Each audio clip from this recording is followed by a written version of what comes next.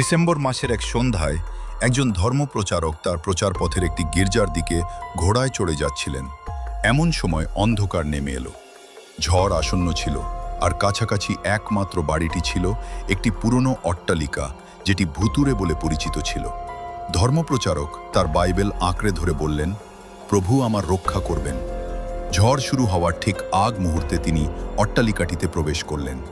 তিনি তার ঘোড়াটিকে আস্তা বলে রেখে বাড়ির দিকে এগিয়ে গেলেন। দরজাটি খোলা ছিল। তিনি একটি বড় ঘরে প্রবেশ করলেন, যার এক দেয়াল জুড়ে একটি অগ্নিকুণ্ড ছিল। আগুন জ্বালানোর জন্য কাঠ রাখা ছিল। তিনি তাতে একটি দেশলাই কাঠি ধরলেন। তারপর ধর্মপ্রচারক তার বাইবেল পড়তে বসলেন। ধীরে ধীরে অট্টালিকাটির চারপাশে ঝড় গর্জন করতে থাকায় আগুন নিভে গিয়ে এক স্তূপ কয়লায় পরিণত হলো। একটি শব্দে ধর্মপ্রচারকের ঘুম ভেঙে গেল। তিনি বাইবেল থেকে মুখ তুলে তাকালেন। একটি বিশাল কালো বিড়াল আড়মোড়া ভাঙছিল। তারপর সেটি আগুনের দিকে হেঁটে গিয়ে টকটকে লাল কয়লার মধ্যে বসে পড়ল। সে তার থাবায় একটি কয়লা তুলে নিয়ে ধীরে ধীরে চাটতে লাগল। বিড়ালটা উঠে দাঁড়ালো, গা থেকে ছাই ঝেড়ে ফেলল এবং ধর্মযাজকের চেয়ারের পায়ের কাছে হেঁটে গেল। তার জ্বলন্ত হলুদ চোখ দুটো ধর্মযাজকের দিকে স্থির করে রাখল। কালো লেজটা ঝাপটাতে লাগলো এবং শান্তভাবে বলল, অ্যাম্মেট আসা পর্যন্ত অপেক্ষা করুন। ধর্মযাজক চমকে উঠে আদিপুস্তক থেকে মথিতে চলে গেলেন।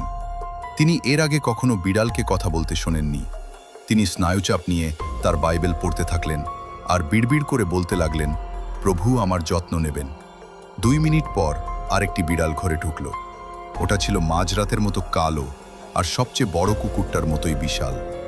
ওটা জ্বলন্ত অঙ্গারের মধ্যে শুয়ে পড়ল আর বিশাল থাবা দিয়ে অলসভাবে সেগুলোকে নাড়াতে লাগলো। তারপর ওটা অন্য বিড়ালটার কাছে হেঁটে গিয়ে বলল, আমরা ওকে নিয়ে কি করব?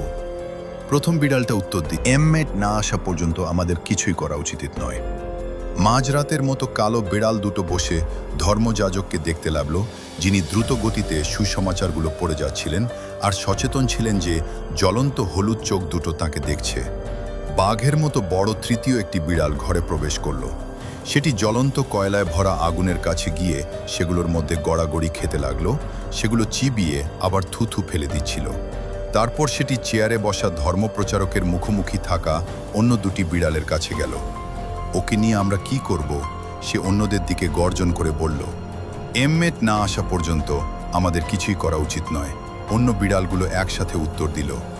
ধর্মপ্রচারক ঘরের চারপাশে আর চোখে তাকাতে তাকাতে বাইবেলের প্রকাশিত বাক্য পাতাটি খুললেন। তিনি বাইবেল বন্ধ করে উঠে দাঁড়ালেন। শুভরাত্রি বিড়ালেরা, তোমাদের সঙ্গ পেয়ে আমি আনন্দিত, কিন্তু এমমেট যখন আসবে তোমরা ওকে বলে দিও যে আমি এখানে এসেছি।